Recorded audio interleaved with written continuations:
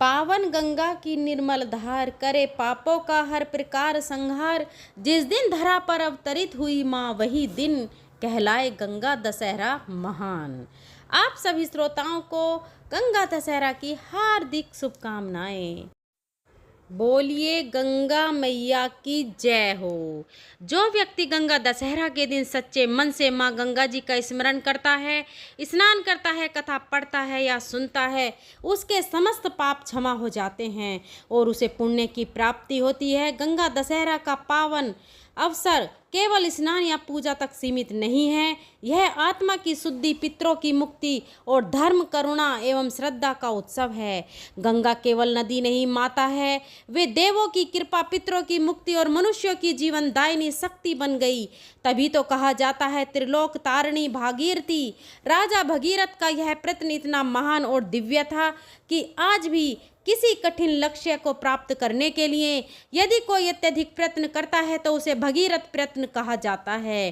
गंगा का यह अवतरण गंगा दशहरा के दिन ही हुआ था। इसलिए इस दिन गंगा स्नान, दान, पुण्य और ध्यान अत्यंत फलदायी होता है। इस दिन किए गए पुण्य 10 प्रकार के पापों को हर लेते हैं, इसलिए इसका नाम दशहरा पड़ा। प्रेम से बोलिए हर हर गंगे, जय भोलेनाथ। बहुत समय पहले की बात है। सूर्य वंश में बाहु नाम के एक राजा हुए। राजा बाहु बड़े धर्मपरायण थे। वे अपनी प्रजा की सेवा पुत्रों के समान करते थे। पापियों और दुष्टों का नाश कर उन्होंने राज्य में धर्म की स्थापना की थी। उनके राज्य में अन्न वस्त्र की कोई कमी नहीं थी, जिससे सभी प्रजाजन सुखपूर्वक जीवन व्यतीत करते थे।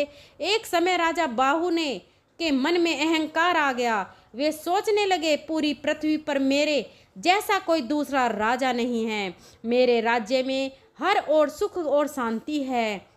मैंने अपने सभी शत्रुओं को जीत लिया है। मुझे वेदों और शास्त्रों का पूर्ण ज्ञान है। इस संसार में मुझसे बढ़कर कौन हो सकता है। जब मनुष्य स्वयं को अत्यंत श्रेष्ठ मानने लगता है तो उससे दूसरों में दोष दिखने लगते हैं, और जो दूसरों में दोष देखने लगता है उसकी वाणी भी कठोर हो जाती है। जो सदैव दूसरों के दोषों को देखने में लिप्त रहता है उसकी वाणी में कटुता आ जाती है। परिणामतः प्रियजन, पुत्र, भाई, बंधु भी शत्रु बन जाते हैं। इसलिए यदि कोई मनुष्य अपने मित्र, संतान, गृह, धन धान्य आदि की हानि करना चाहता हो तभी उसे दूसरों के दोष देखने की प्रवृत्ति अपनानी चाहिए। अहंकारवश राजा बाहु बहुत उदंड हो गए। परिणाम स्वरूप उनके शत्रु बढ़ने लगे। विशेषतः ताल जंग वंश के क्षत्रियों से उनकी तीव्र शत्रुता हो गई। एक समय राजा बाहु का उन शत्रुओं से घोर युद्ध हुआ। इस युद्ध में राजा बाहु पराजित हो गए और दुखी होकर अपनी दोनों पत्नियों के साथ वन में चले गए। वहीं उन्होंने समय व्यतीत करना आरंभ किया। दुख और संताप के कारण उनका शरीर अत्यंत क्षीण हो गया। कुछ समय पश्चात वन में ही उन्होंने अपने प्राण त्याग दिए। उस समय उनकी छोटी रानी गर्भवती थी। पति के वियोग में वह अत्यंत शोकग्रस्त हो गई और उन्होंने सती होने का निर्णय ले लिया। उसी स्थान से कुछ दूरी पर ऋषि और मुनि का आश्रम था। वे परम तेजस्वी और त्रिकालदर्शी मुनि थे। जब उन्होंने रानी को सती होने का प्रयास करते देखा तो उन्हें रोकते हुए कहा, हे देवी, तुम्हारे गर्भ में एक तेजस्वी पुत्र पल रहा है जो अपने पिता के शत्रुओं का नाश करेगा और चक्रवर्ती सम्राट बनेगा। अतः तुम्हें चिता पर चढ़ने का साहस नहीं करना चाहिए। शास्त्रों में गर्भवती स्त्री के सती होने का निषेध है। यद्यपि तुम अपनी इच्छा से सती होना चाहती हो, किंतु तुम्हें अपने गर्भस्थ शिशु की हत्या का कोई अधिकार नहीं है। यह पाप होगा। ऋषि की वाणी सुनकर रानी ने सती होने का विचार त्याग दिया। फिर दोनों रानियों ने मिलकर विधि पूर्वक राजा बाहु का अंतिम संस्कार किया और ऋषि के निर्देश अनुसार उसी आश्रम में रहने लगीं। महर्षि के आश्रम में रहकर दोनों रानियां उनकी सेवा सुषमा में लग गईं। छोटी रानी अपने पूर्व संस्कारों के कारण धर्म कर्म में विशेष रुचि रखती थी। वे महर्षि के प्रवचनों को श्रद्धा से सुनती और उन्हें हृदय में धारण करके सदैव परमेश्वर के ध्यान भजन में लीन रहती थी। यह देखकर बड़ी रानी के मन में ईर्ष्या उत्पन्न हो गई। एक दिन उसने छोटी रानी के भोजन में विष मिला दिया। किंतु ईश्वर की कृपा से उस विष का कोई प्रभाव न छोटी रानी पर पड़ा, न ही उनके गर्भस्थ शिशु पर। समय आने पर छोटी रानी ने एक पुत्र को जन्म दिया। चूंकि वह विष के साथ उत्पन्न हुआ था, इसलिए ऋषि ने उसका नाम सगर रखा। छोटी रानी ने सगर का बड़े ही स्नेह से पालन पोषण किया। जब सगर बालक से किशोर हुआ, तब ऋषि और मुनि ने उसका यज्ञोपवीत संस्कार करवाया और शास्त्रों का अध्ययन कराया, साथ ही अस्त्र शास्त्रों की शिक्षा भी दी। इन सभी शिक्षाओं को प्राप्त कर सगर एक बलवान, बुद्धिमान और धर्मनिष्ठ व्यक्ति बन गया। एक दिन सगर ने अपनी माता से अपने पिता के बारे में जानना चाहा। तब माता ने संपूर्ण वृतांत उसे कह सुनाया। किस प्रकार उनके पिता राजा बाहु शत्रुओं से पराजित होकर वन आए और वहीं सगर का जन्म हुआ। संपूर्ण कथा सुनकर सगर के भीतर भीषण क्रोध उत्पन्न हुआ। माता के सामने उसने प्रतिज्ञा ली, मैं अपने पिता के शत्रुओं का संहार करूंगा और उनका खोया हुआ राज्य पुनः प्राप्त करूंगा। माता की आज्ञा लेकर सगर ऋषि और मुनि के पास पहुंचे और उनका आशीर्वाद लेकर वहां से प्रस्थान किया। तत्पश्चात वे अपने कुल गुरु महर्षि वशिष्ठ के पास गए, उन्हें प्रणाम कर सारा समाचार सुनाया। महर्षि वशिष्ठ सगर को देखकर अत्यंत प्रसन्न हुए। उन्होंने सगर को दिव्य अस्त्र शस्त्र प्रदान किए और आशीर्वाद देकर युद्ध के लिए भेजा। सगर दिव्य अस्त्र शस्त्रों से युक्त होकर अपने पिता के शत्रुओं से युद्ध करने चला। शीघ्र ही उसने सूरवीरता दिखाते हुए ताल, जंग, शक, यवन आदि सभी शत्रुओं को पराजित कर दिया। कुछ पराजित राजा अपने प्राण बचाने हेतु महर्षि वशिष्ठ की शरण में आए। वशिष्ठ जी की विनती पर सगर ने उन्हें जीवन दान दिया। यह देख वशिष्ठ मुनि अत्यंत प्रसन्न हुए और उन्होंने अनेक तपस्वी मुनियों को साथ लेकर सगर का राज्याभिषेक किया। इसके बाद राजा सगर मुनि और मुनिवरों की आज्ञा लेकर अपनी दोनों माताओं को आश्रम से राजमहल ले गए और वहां सुखपूर्वक राज्य करने लगे। राजा सगर की दो रानियां थीं, एक का नाम था केसनी और दूसरी का नाम था सुमति। वे दोनों विदर्भ राज कश्यप की पुत्रियां थीं। एक समय राजा सगर की दोनों पत्नियों के द्वारा प्रार्थना करने पर भृंगु वंशी और त्रिकालदर्शी एक मुनि ने उन्हें पुत्र प्राप्ति का वर दिया।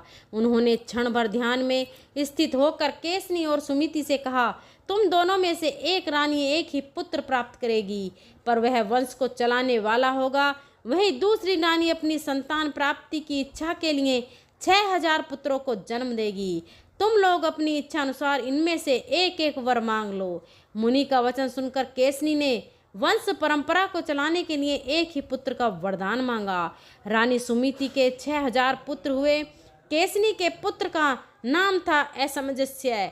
असमंजस्य बुरी प्रवृत्ति का और दुष्ट स्वभाव का था। उसकी देखा देखी सगर के सभी पुत्र बुरा आचरण करने लगे। यह देखकर बाहु पुत्र सगर बहुत दुखी हुए।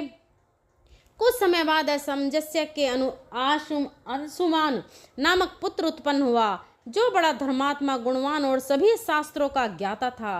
वह सदा अपने पितामह सगर की सेवा में संलग्न रहता।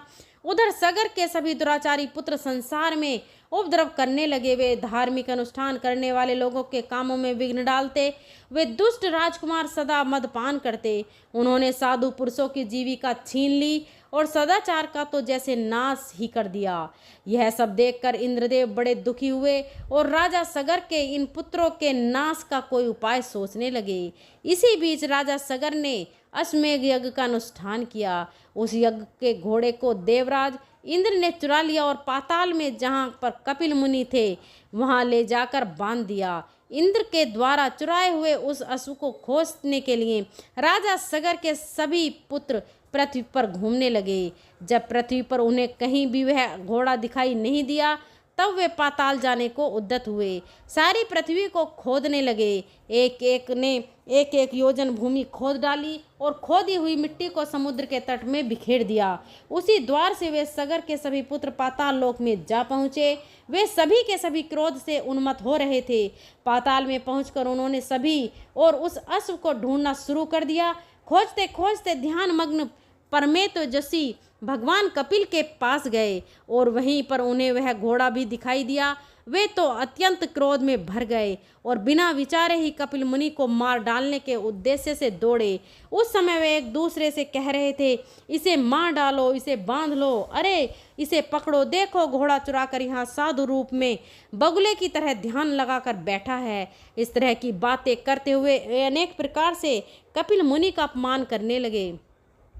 उस समय भगवान कपिल अपनी इंद्रियों और बुद्धि को आत्मा में स्थिर करके ध्यान कर रहे थे, इसलिए सगर पुत्रों की करतूत का उन्हें कुछ भी पता नहीं चला। सगर पुत्रों की मृत्यु निकट थी, इसलिए उन लोगों की बुद्धि मारी गई थी। वे मुनि को लातों से मारने लगे, कुछ ने उनकी बाहें पकड़ लीं। तब मुनि की समाधि भंग हो गई। उन्होंने विस्मित होकर लोक में उपद्रव करने वाले सगर पुत्रों को लक्ष्य करके इस गंभीर भाव से कहा, जो ऐश्वर्य के मद से उन्मत्त हैं, जो भूख से पीड़ित हैं, जो कामी हैं और जो अहंकार से मूढ़ हो रहे हैं, ऐसे मनुष्य को विवेक नहीं होता। यदि दुष्ट मनुष्य सज्जनों को सताते हैं तो इसमें भला आश्चर्य क्या है। नदी का वेग किनारे पर उगे हुए वृक्षों को गिरा ही देता है। जहाँ धन है, जवानी है, पराई स्त्री भी है, वहाँ सब अंधे और मूर्ख बने रहते हैं। दुष्ट के पास लक्ष्मी हो तो वह लोक का विनाश ही करने वाली होती है। जैसे वायु अग्नि की ज्वाला को बढ़ा देती है, जैसे दूध सांप के विष को बढ़ाता है, उसी प्रकार दुष्ट की लक्ष्मी उसकी दुष्टता को बढ़ा देती है। ऐसा कहकर कपिल मुनि ने अपने नेत्रों में अग्नि प्रकट की। उस आग ने समस्त सगर पुत्रों को क्षण भर में जलाकर भस्म कर दिया। उस भीषण आग से संतप्त होकर नाग, राक्षस और अन्य जीव शीघ्रता से समुद्र में प्रवेश करके अपने प्राणों की रक्षा करने लगे। इसके बाद एक देवदूत ने राजा सगर के यज्ञ में आकर इस घटना की जानकारी दी। राजा सगर जो सब शास्त्रों के ज्ञाता थे, सब वृतांत सुनकर उन्होंने प्रसन्नता से कहा, उनके कर्मों ने ही उन दुष्टों को दंड दे दिया। माता पिता भाई पुत्र जो भी पाप करता है वह शत्रु माना जाता है, यही शास्त्रों का निर्णय है। राजा सगर ने अपने पुत्रों का नाश होने पर भी शोक नहीं किया, क्योंकि दुराचार की मृत्यु साधु पुरुषों के संतोष का ही कारण होती है। पुत्रहीन पुरुष को यज्ञ करने का अधिकार नहीं। धर्मशास्त्र की ऐसी आज्ञा होने पर महाराज सगर ने अपने पुत्र अंशुमन को अपने दत्तक पुत्र के रूप में ग्रहण कर लिया। इसके बाद राजा सगर ने अंशुमन को घोड़ा लाने के कार्य में नियुक्त किया। अंशुमन कपिल मुनि के आश्रम पर पहुँचे, उन्हें प्रणाम करके हाथ जोड़कर बोले, हे ब्राह्मण, मेरे पिता के भाइयों ने यहाँ आकर जो दुष्टता की है आप उसे क्षमा करें, क्योंकि कोई साधु पुरुष सदा ही दूसरे पर उपकार करते हैं और क्षमा ही उनका बल है। संत महात्मा दुष्ट जीवों पर भी दया करते हैं। चंदन को काटा जाए, घिसा जाए तो भी वह अपनी सुगंध नहीं बिखेरता है। साधु पुरुषों का भी ऐसा ही स्वभाव होता है। हे पुरुषोत्तम, आपके गुणों को जानने वाले मुनिगण ऐसा मानते हैं कि आप क्षमा, तपस्या और धर्म चक्र द्वारा समस्त लोगों को शिक्षा देने के लिए इस पृथ्वी पर अवतरित हुए हैं। आपको मेरा नमस्कार है। अंशुमन मान के इस प्रकार स्तुति करने पर कपिल मुनि प्रसन्न हो गए और कहने लगे, हे राजकुमार, मैं तुम पर प्रसन्न हूँ, तुम वरदान मांगो। मुनि के ऐसा कहने पर अंशुमन ने प्रणाम करके कहा, हे भगवान, हमारे इन पितरों को ब्रह्मलोक में पहुंचा दीजिए। तब कपिल मुनि ने अंशुमान पर प्रसन्न होकर कहा, हे राजकुमार, तुम्हारा पौत्र यहाँ गंगा जी को लाकर अपने पितरों को स्वर्ग लोक पहुँचाएगा। तुम्हारे पुत्र भगीरथ के द्वारा लाई हुई गंगा नदी इन सगर पुत्रों का पाप धोकर इन्हें परम पद की प्राप्ति करा देगी। हे बेटा, अब तुम इस घोड़े को ले जाओ जिससे तुम्हारे पितामह का यज्ञ पूरा हो सके। तब अंशुमान अश्व सहित अपने पितामह के पास लौटे और उन्हें सब समाचार सुनाया। तब राजा सगर ने अपना यज्ञ पूर्ण किया और भगवान विष्णु की आराधना करके बैकुंठ धाम को चले गए। महाराज सगर के बाद अंशुमन राजा बने, पर अपने चाचाओं की मुक्ति की चिंता उन्हें बनी रही। कुछ समय के बाद अपने पुत्र दिलीप को राज्य का कार्यभार सौंप कर वे वन में गए और गंगा जी को स्वर्ग से पृथ्वी पर लाने के लिए तपस्या करने लगे। तपस्या करते करते उनका शरीर शांत हो गया। महाराज दिलीप भी अपने पुत्र भगीरथ को राज्यभार देकर पिता के मार्ग का अनुसरण करने लगे। तपस्या के दौरान ही उनका भी शरीरांत हो गया, पर वे भी गंगा जी को पृथ्वी पर नहीं ला सके। महाराज दिलीप के बाद भगीरथ जी ने ब्रह्मा जी की तपस्या की। 3 पीढ़ियों की इस तपस्या से प्रसन्न होकर पितामह ब्रह्मा ने भगीरथ को दर्शन दिए और वरदान मांगने को कहा। तब भगीरथ ने कहा, हे पितामह, मेरे 6000 पूर्वज कपिल मुनि के श्राप से भस्म हो गए हैं। उनकी मुक्ति के लिए आप गंगा जी को पृथ्वी पर भेजने की कृपा करें। तब ब्रह्मा जी ने कहा, मैं गंगा को पृथ्वी लोक पर भेज तो दूंगा, पर उनके वेग को संभाल लेगा कौन? इसके लिए तुम्हें देवादि देव भगवान शंकर की आराधना करनी चाहिए। तब भागीरथ ने एक पैर पर खड़े होकर भगवान शंकर की आराधना की।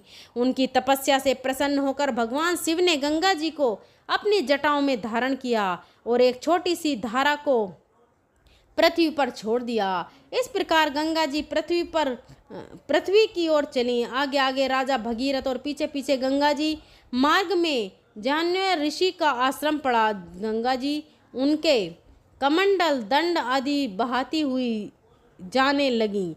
यह देखकर जहन्यु ऋषि ने उन्हें पी लिया। कुछ दूर जाने पर भगीरथ ने पीछे मुड़कर देखा तो गंगा जी को न देखकर वे ऋषि के आश्रम पर गए और उनकी वंदना करने लगे। प्रसन्न होकर ऋषि ने उन्हें अपनी पुत्री बनाकर गंगा जी को अपने दाहिने कान से निकाल दिया। इसलिए देवी गंगा जाह्नवी नाम से भी जानी जाती हैं। भगीरथ की तपस्या से अवतरित होने के कारण उन्हें भगीरथी भी कहा जाता है। इसके बाद भगवती गंगा अपने मार्ग को स्वीकार करती हुई कपिल मुनि के आश्रम पर पहुंची, जहां पर भगीरथ के 6000 पूर्वज भस्म की ढेरी बने पड़े थे। तब भगीरथ ने पवित्र गंगा जल से अपने पूर्वजों का उद्धार किया। वे सभी गंगा जल के स्पर्श मात्र से दिव्य लोक को चले गए। जिस दिन गंगा नदी का पृथ्वी पर अवतरण हुआ उस दिन ज्येष्ठ महीने के शुक्ल पक्ष की 10वीं तिथि थी, जिसे आज भी प्रत्येक वर्ष गंगा दशहरा के नाम से पूजा जाता है और मनाया जाता है। प्रेम से बोलिए गंगा देवी की जय, बोलिए महाराज सगर की जय, बोलिए भगीरथ गंगा मैया की जय। गंगा दशहरा महापर्व की सभी को हार्दिक शुभकामनाएं। भक्तों, अब हम सुनेंगे गंगा अवतरण की पौराणिक दिव्य और भावपूर्ण कथा। बहुत प्राचीन समय की बात है। सूर्य वंश के एक प्रतापी राजा थे, सगर महाराज। वही राजा सगर जिनके जन्म की अद्भुत कथा आपने अभी पढ़ी। वे अत्यंत धर्मात्मा, पराक्रमी और तपस्वी राजा थे। उन्होंने अश्वमेध यज्ञ का आयोजन किया, परंतु उनका यज्ञ घोर विघ्न में पड़ गया हुआ यूं कि इंद्रदेव उनके तेज से भयभीत हो गए और उनके यज्ञ का अश्व चुरा कर पाताल लोक में कपिल मुनि के आश्रम में बांध आए। जब राजा सगर के 60,000 पुत्र घोड़े की खोज में पाताल लोक पहुँचे तो उन्होंने कपिल मुनि को अश्व के निकट ध्यान मग्न देखा। उन्हें यह भ्रम हुआ कि यही मुनि उनके यज्ञ का घोड़ा चुरा लाए हैं। उन्होंने कपिल मुनि पर दोषारोपण करते हुए उन्हें अपशब्द कहे और अश्व को लेने आगे बढ़े। तभी ध्यान भंग हुआ और कपिल मुनि के तेज से वह सभी 60,000 पुत्र वहीं भस्म हो गए। राजा सगर को जब यह समाचार मिला तो वे अत्यंत दुखी हुए। उन्होंने अपने पौत्र अंशुमन को भेजा, जो पाताल में जाकर कपिल मुनि के दर्शन कर अश्व को वापस लाए। कपिल मुनि ने कहा, हे बालक, तेरे चाचाओं की मुक्ति तब तक नहीं हो सकती जब तक स्वर्ग से गंगा का अवतरण नहीं होता, उनके अस्थियों का स्पर्श न हो जाए। अंशुमन ने गंगा को लाने का प्रयास किया, परंतु असफल रहा। फिर उनके पुत्र दिलीप ने भी प्रयास किया, पर वह भी सफल नहीं हो सके। वहीं से आरंभ होती है उस तपस्वी, दृढ़ निश्चयी, करुणाशील और परोपकारी राजा भगीरथ की कथा, जो केवल अपने कुल के उद्धार के लिए नहीं अपितु समस्त पृथ्वी लोक को जीवन देने वाली गंगा का अवतरण कराकर अमर हो गए। राजा भगीरथ सूर्य वंश में जन्मे एक तपस्वी राजा थे। जब उन्होंने अपने पूर्वजों के कल्याण का उद्देश्य अपने हृदय में धारण किया तो उन्होंने अपने सिंहासन का त्याग कर वन गमन किया। उन्होंने हिमालय की गहन गुफाओं में ऊंचे बर्फ से ढके शिखरों के मध्य बैठकर तप आरंभ किया। उन्होंने सहस्त्रों वर्षों तक केवल वायु का सेवन कर शरीर को अति क्रस कर कठोर तपस्या की। भगवान ब्रह्मा उनके इस तप से प्रसन्न हुए और प्रकट होकर बोले, वत्स भगीरथ, तुम्हारी तपस्या से हम अत्यंत प्रसन्न हैं, वर मांगो। भगीरथ ने विनती भाव से कहा, कहा, हे ब्रह्मदेव, मेरे पूर्वज जो पाताल में भस्म हो चुके हैं वे केवल गंगा के जल से तर्पण पाने पर ही मुक्ति पा सकते हैं। कृपया कर गंगा मैया को धरती पर अवतरित होने की आज्ञा दें। ब्रह्मा जी ने मुस्कुराते हुए कहा, वत्स, मैं तुम्हारी प्रार्थना स्वीकार करता हूँ, परंतु गंगा का प्रवाह प्रबल है। यदि वह सीधे पृथ्वी पर अवतरित हो जाएं तो उसकी वेगवती धारा संपूर्ण पृथ्वी का विनाश कर देगी। अतः पहले भगवान शिव को प्रसन्न कर लो ताकि वे अपनी जटाओं में गंगा को संभाल सकें। अब भगीरथ ने फिर एक बार कठोर तपस्या आरंभ की। इस बार भगवान शिव को प्रसन्न करने के लिए कई वर्षों तक बिना अन्न जल के पर्वतों की चोटियों पर तप करते रहे। अतः जब भगवान शिव प्रसन्न हुए तो उन्होंने गंगा के धारण की स्वीकृति दी। तब एक दिन ब्रह्मलोक से गंगा की पवित्र तेजस्विनी गगन चुंबी धारा जलधारा शिव जी की जटाओं में समा गई। जैसे ही गंगा अवतरित हुई उसका गर्जना करता स्वर दिशाओं को कंपित करने लगा। वह दिव्य स्वर्ण की आभा लिए नील वर्ण जटाओं में उलझ गई। शिव जी ने अपनी एक जटा खोल दी और एक पतली धारा को पृथ्वी पर धीरे धीरे छोड़ दिया। गंगा जैसे ही पृथ्वी पर उतरी वन पर्वत मैदान मरुभूमि सबको संजीवनी प्रदान करती हुए चली। भगीरथ उस पावन धारा के आगे हाथ जोड़कर चलते गए और गंगा मैया उनके पीछे पीछे बहती गईं। जब वे पाताल लोक तक पहुँचे तब गंगा ने उनके पूर्वजों के भस्मित शरीर को स्पर्श किया और उन्हें मोक्ष प्रदान किया। स्वर्ग से आनंद की वृष्टि हुई, देवताओं ने पुष्प वर्षा की, ऋषियों ने स्तुति की। जय हो भगीरथ, जय हो भगीरथ, प्रयत्न की जय हो भगीरथ के प्रयत्न की जय हो गंगा मैया की। कहा जाता है कि जब गंगा पृथ्वी पर बह चली तो उन्होंने जहाँ जहाँ प्रवाह किया वहाँ वहाँ जीवन का संचार हो गया। उनके जल में अमृत की शक्ति थी जिसके स्पर्श से मृत भी जीवंत हो उठे। इसलिए गंगा केवल नदी नहीं माता है। वे देवों की कृपा, पितरों की मुक्ति और मनुष्यों की जीवन दायिनी शक्ति बन गई। तभी तो कहा जाता है त्रिलोक तारिणी भागीरथी। राजा भगीरथ का यह प्रयत्न इतना महान और दिव्य था कि आज भी किसी कठिन लक्ष्य को प्राप्त करने के लिए यदि कोई अत्यधिक प्रयत्न करता है तो उसे भगीरथ प्रयत्न कहा जाता है। गंगा का यह अवतरण गंगा दशहरा के दिन ही हुआ था। इसलिए इस दिन गंगा स्नान, दान, पुण्य और ध्यान अत्यंत फलदायी होता है। इस दिन किए गए पुण्य दसों प्रकार के पापों को हर लेते हैं, इसलिए इसका नाम दशहरा पड़ा। विशेषकर इस दिन पितरों के निमित्त तर्पण करने से वे संतुष्ट होते हैं। अगर कुल की उन्नति होती है। अंत में हम यही कहेंगे, जो गंगा जल से स्नान करता है वह पावन होता है। जो गंगा मैया का ध्यान करता है वह दिव्य होता है। जो गंगा के तट पर बैठकर प्रभु का स्मरण करता है उसे जन्म मरण से मुक्ति मिलती है। बोलिए गंगा मैया की जय, भगीरथ महाराज की जय। हर हर गंगे, जय जय गंगे, जय श्री राम, राधे राधे। बोलिए गंगा मैया की जय, बोलिए भगीरथ महाराज की जय। आप सभी श्रद्धालु जनों को गंगा दशहरा की पावन बेला पर हार्दिक शुभकामनाएं।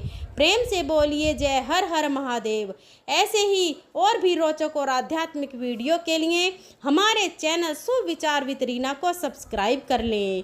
आपको अगर ये कथा अच्छी लगी हो तो कमेंट करके ज़रूर बताएं और हर हर गंगे, जय भोलेनाथ, जय भगीरथ महाराज ज़रूर लिखें और अब इस वीडियो को अपनी फ्रेंड और फैमिली में शेयर करें और हमारे चैनल को सब्सक्राइब करें, वीडियो को लाइक करें, बेल आइकन को प्रेस करें ताकि आने वाली सभी वीडियो की नोटिफिकेशन आपको मिल सके।